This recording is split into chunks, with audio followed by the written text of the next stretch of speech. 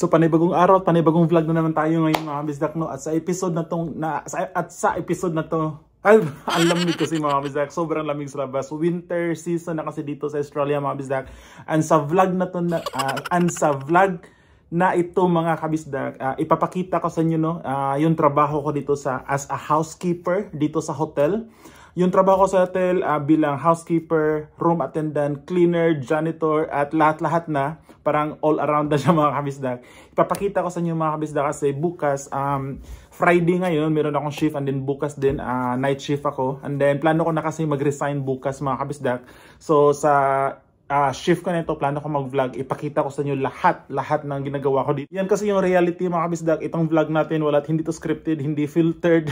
Yun yung ano yung makikita nyo, yun talaga yung ginagawa ko. At okay lang sa akin mga kabisdak kasi I'm very proud naman, no? Kasi marangal siya na trabaho, maganda siyang experience para sa akin. So yung shift ko ngayon mga kabisdak, no, is 11 PM up to 7 AM. So yung gamit ko pala na pang vlog ngayon mga kabisdak is yung yung cellphone ko. Kaya pagpasensyahan nyo na kung yung medyo siguro shaky itong video natin. Basta yung importante, may pakita ko sa inyo yung mga ginagawa ko dito, no. So usually pagdating ko sa hotel mga kabisdak, pupunta ako sa reception para kunin yung susi ko. So yun, meron akong susi, yung mga access card na ganito. And then merong radyo. Ito, kinuha ko radyo. Kasi mga kabisdak, yung reception, kailangan isa lang yung reception na bantay tuwing night shift. At isa din na housekeeper, which is ako. So kailangan namin ng radyo kasi mamaya pupunta ako sa basement, walang signal ng cellphone doon. Kaya yun. Pero kanina binigyan niya ako ng wifi, ng password. Sabi niya, siya yung first na receptionist, no? First time ko siya makatrabaho. Mas maganda daw meron ako internet para kahit walang signal sa labas, yung WhatsApp, pwede niya ako tawagan sa WhatsApp.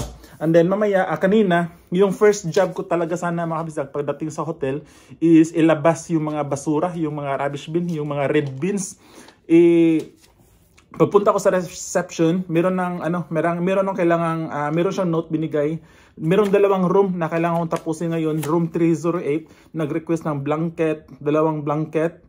And then yung isang room nag-request ng sofa bed, blanket at pillow.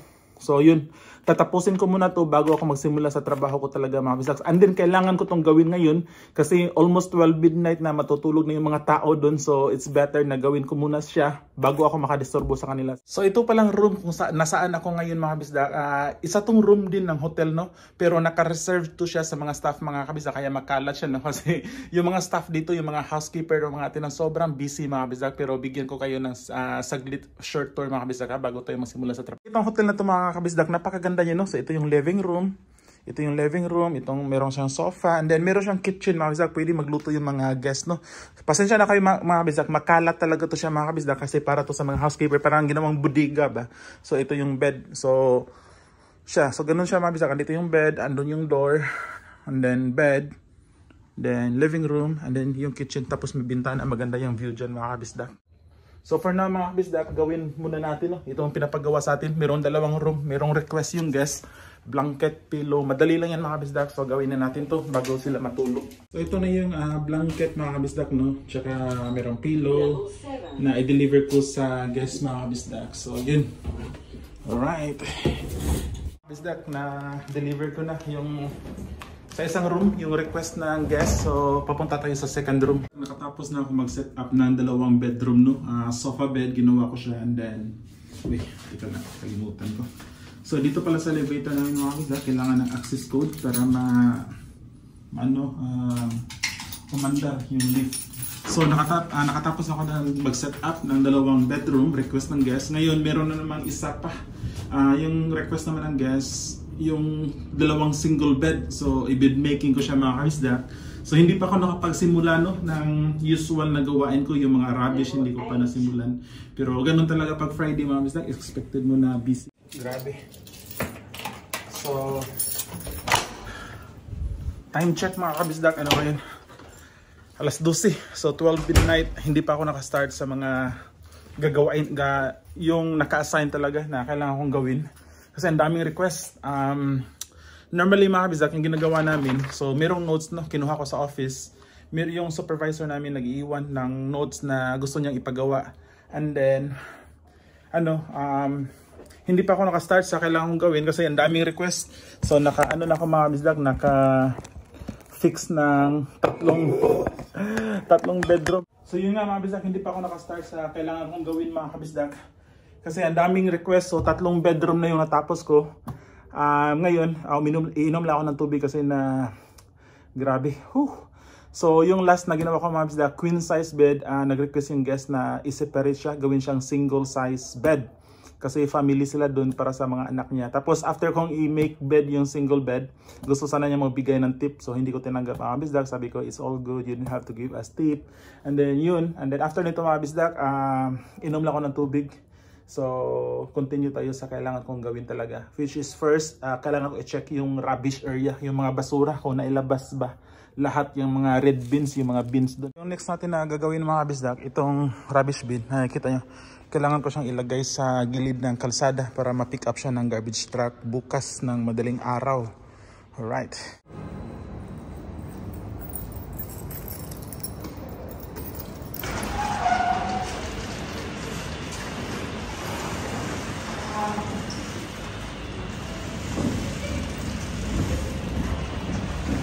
Ito yung mga rubbish bins namin mga kabisdak, no? Red na rubbish bins. Nalabas ko na sila lahat, pati yan. Alright, so continue tayo sa next job natin. So yung next na gagawin ko mga kabisdak, every floor mga kabisdak, meron niyang parang basura area mga kabisdak, no? Every floor. So yung gagawin ko, kukuliktahin ko yung mga basura mga kabisdak ito. Ilagay ko sa ito, black bag para itapon dun sa red bin. And then 18 floors to mga kabisdak ha. So 18 floors yung bibisitahin natin mga kabisdak. Sa lahat ng trabaho ko dito sa hotel, ito yung pinaka nakakapagod. Then after nito yung mga maliliit na bagay na lang mga kabisdak. So alright, so simulan na natin mga kabisdak kasi 18 floors pa yan. At ang worst pa nito mga kabisdak, may mga floors na grabe yung basura. Ito maganda na nga to kasi malinis lang, organized siya.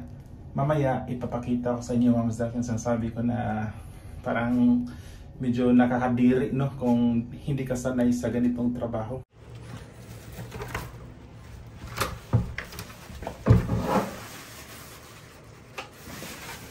Alright mga kabisdak, so andito na tayo sa level 2 mga kabisdak, no. So ito yung mga basura mga kabisdak na kailangan kong i-pick up at ilagay dito sa black bag and then itapon ko dun sa rubbish area. So meron pa dito mga kabisdak. So di ba sabi ko kanina mga kabisdak na ito yung pinakamahirap na part sa lahat ng kailangan kong gawin dito sa shift ko, no? Pag night shift ka dito sa hotel. Pero itong shift na to mga kabisdak, ang bilis ko natapos, no? Galing level 18, floor 18. Ngayon nasa level 2 na ako kasi actually itong level 2, ito yung pinaka mag-slow down lang ako sa boses ko mga kabisdak kasi ano na ngayon, mga 1 AM. So, medyo malinis yung mga basura area ngayon dito mga kabisdak, no? Walang masyadong kalat. Ito nga yung pinaka makalat. Kaya, ito lang yung binidyo ko. Kasi yung iba, I think parang yung afternoon shift, tinapon nila yung mga basura. So, depende din talaga mga kabisdak sa staff ng afternoon shift. Kung medyo, hardworking yung afternoon shift, i-clear nila tong basura area. So parang siguro yung afternoon shift, gano'n yung nangyari kanina. Nilinisan nila to kaya yun. So i-clear ko muna to siya mga kabisdak and then after nito, isang floor na lang, level 1. Hopefully hindi masyado makalat dun sa level 1. Grabe, kakapagod. So bali ito lahat yung nakolekta natin mga kabisdak, no? Sa 18 floors nitong building. Yan lang, konti lang siya mga kabisdak. Actually kasi last week sobrang dami kong nakolekta. Next na gagawin natin mga kabisdak, kailangan ko ipasok yung mga bin, yung mga basura bin, yung red bins kasi nakolekta na siya ng garbage truck. So kailangan ko siya ipasok para bukas pwede na gamitin, no, ng mga cleaner. So ito mga kabisdak.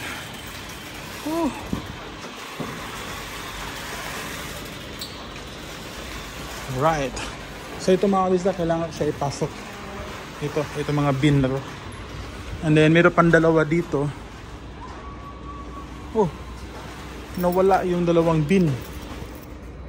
Saan kaya yun? Nawala. Sabihin ko bukas.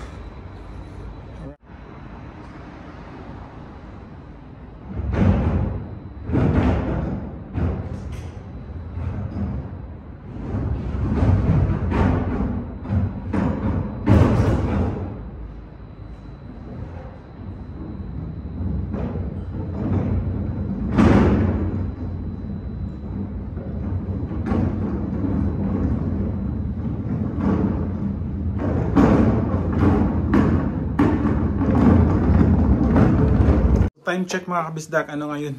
Time check, anong oras ngayon? Alas 2 ng madaling araw, grabe. Kakatapos ko lang mag-collect ng rubbish sa 18 floors and then ipasok yung mga rubbish bin.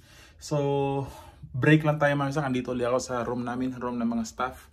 At, tawag nito mga kabisdak, break lang tayo ng mga 15 minutes mga kabisdak kasi ang dami pa natin kailangan gawin mga kabisdak, no?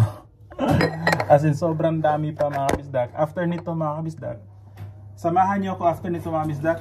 Yung next natin gagawin, mag-collect tayo ng, hugas na tayo ng kamay, mag-collect tayo ng rubbish sa parking area. Hindi naman rubbish pero may yung mga litters ba, pakita ko sa inyo mamaya mga kabisdak. So 5 floor yung parking area na kailangan natin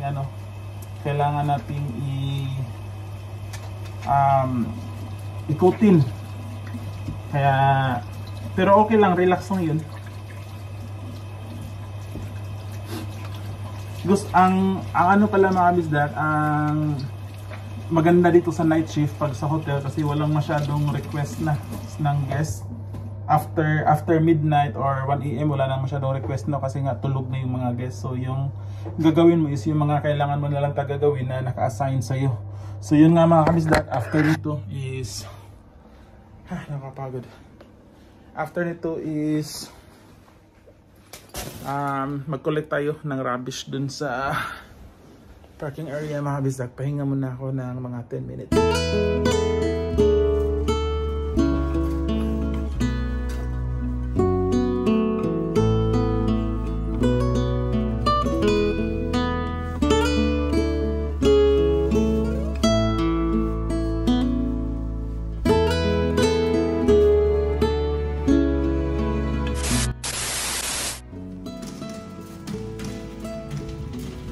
So yung gagawin natin next mga kabisdak is mag-pick na tayo ng mga liters dito sa mag-pick tayo ng liters dito sa parking area. Pero yung isa din sa trabaho ko mga kabisdak pag night shift ka, you need to make sure na pag mayroong mga bulky items dun sa ito, katulad itong baby coat, parang ano man Tagalog ng baby coat, yung kuna, yung para sa mga bata mga kabisdak. Pag andun siya sa basement 1, kailangan namin siyang ibalik dito sa basement 5, yung parang meron kaming store area. So yun. So yun mga kabisdak, very simple lang yung gagawin natin ngayon mga kabisdak, no? Lakad lang ako dito sa 5 level. 5 level ng parking area ng hotel para mag-check lang kung merong mga basura ba. Halimbawa, cup ng coffee or merong plastic bag na tinapon or anything na ganito mga kabisdak, halimbawa puti siya. So anything na parang eyesore, tulad nito mga kabisdak, pakita ko. Merong coffee. Yun. So yun, kunin natin to. So yung mga ganito, so ito yung pupulitin ko mga kabisdak at para malinis. So very simple lang. Lakad-lakad ka lang dito. So maganda din siyang exercise para sa akin mga kabisdak, no? So after nito mga kabisdak, yung next natin gagawin, maglilinis tayo ng gym tsaka yung swimming pool. So pakita ko sa inyo mamaya. Tapusin ko muna ito mga kabisdak.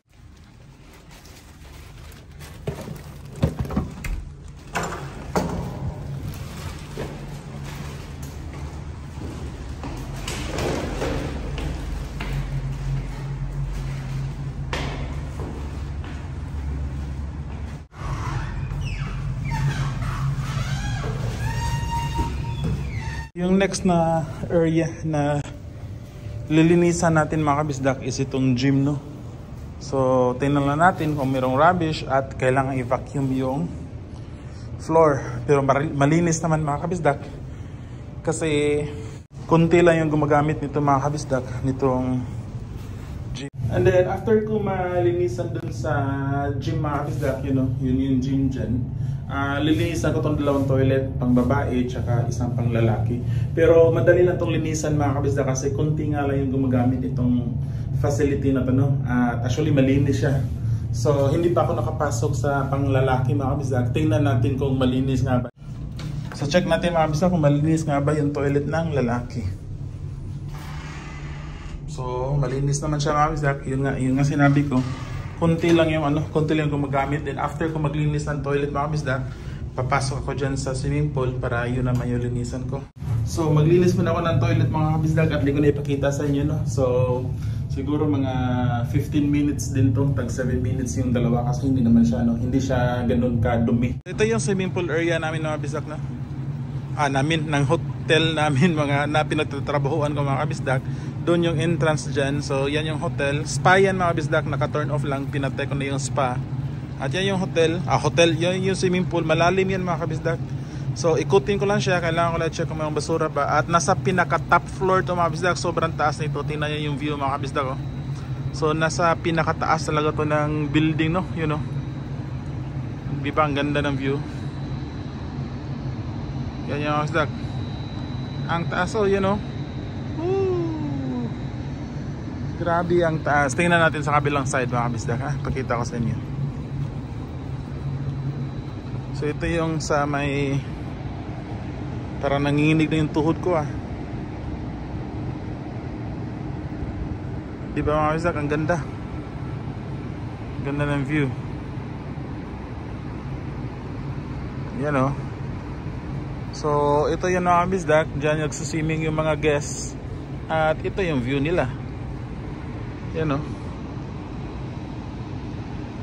Yung next na ginagawa ko ngayon mga kabisdak is kinikolekta ko yung lalagyan ng mga chemicals para sa cleaning, para i-refill ko to siya mga kabisdak. So trabaho to ng night shift mga kabisdak, no, na i-refill yung mga cleaning chemicals. So ito odor sa bathroom, and then yun. So ito yung chemicals mga kabisdak. So ito yung chemicals mga kabisdak para i-refill ko yung yung mga botelya na gagamitin ng mga cleaner bukas, na mga housekeeper, para pagdating nila bukas diretso na. Alright, so i-refill ko din to sila mga kabisdak. So ito, maraming box para sa mga cleaning chemicals. So time check mga kabisdak, na ngayon 4:30 AM. So na lang, no? 5:30, 6:30. So 2.5 hours na lang mga kabisdak, 2.5 hours na lang. Tapos na, alas 7 na ng umaga, so tapos na yung shift natin. At yun mga kabisdak, nakakatuwa lang, no, kasi ang kikitain ko sa isang shift na to mga kabisdak is magkano ba? $220. So $220 Australian dollars mga kabisdak, no? Yung isang shift na ganito, kasi night shift siya tapos weekend. In pesos mga 7,000 pesos yan itong isang shift. Kaya medyo malaki din siya mga kabisdak, no? Kaya minsan napapaisip ka din, pero syempre napapaisip ka ba kung i-give up mo kasi sayang opportunity. Pero syempre marami namang opportunity outside nito mga kabisdak, at isa na nga yun, no? Yung gagawin ko is mag-food delivery ako. Pakita ko lang pala mga kabisdak, kasi itong room, di ba, para to sa mga staff, sa mga naka-reserve to sa mga staff. At alam nyo ba mga kabisdak, itong mga ang daming wine dito mga kabisdak sa hotel to. Kung hilig mong uminom at hindi ka madaling malasing, yun, pwede kang uminom dito sa fridge, oh. Merong fridge dito. Maraming wine dito mga kabisdak. At alam nyo ba mga kabisdak, itong mga pagkain dito, yung mga beer, ito, merong beer. Ito, kung gusto mong uminom, pwede talaga, pero hindi naman ako mahilig uminom mga kabisdak. Merong noodles. Pwede mo, yung iba, ang alam ko, yung ibang staff pwedeng nagluluto dito. At alam nyo ba mga kabisdak, yung iba nito, yung mga ibang product, ito yung mga naiwang mga inumin at pagkain ng mga guests sa hotel. So minsan pag malinis pa, yung mga housekeeper, yung mga room attendant, yung naglilinis ng kwarto, dinadala nila dito para kainin pa, kasi malinis naman, di ba? So katulad nito, marami pa mga pagkain at mga inumin dyan. So mga kabisdak, yung next na gagawin ko, pahinga lang ako ng 10 minutes, and then lilinisan ko na yun sa front lobby, sa may reception. So normally pinaka last part ko siya ginagawa mga kabisdak, para at least pagtungtong ng alas 7 or umaga, which is darating na yung mga morning staff, malinis sa lobby. So ngayon, kung meron akong time, i-try ko siyang i-mop after kong i-vacuum. Pero kung wala nang time, bukas na ako mag-mop. Alright, so pahinga muna ako mga kabisdak. Inom muna ako ng tubig.